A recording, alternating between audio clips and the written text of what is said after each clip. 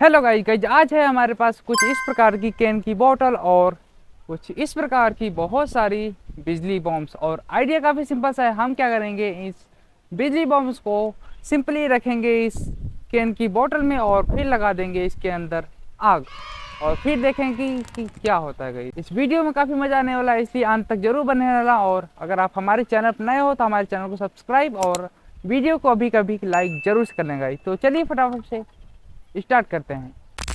हम तो हमेशा से ही प्रोफेशनल रहे हैं, इसलिए आप ऐसा ट्राई करने की कोशिश मत करना।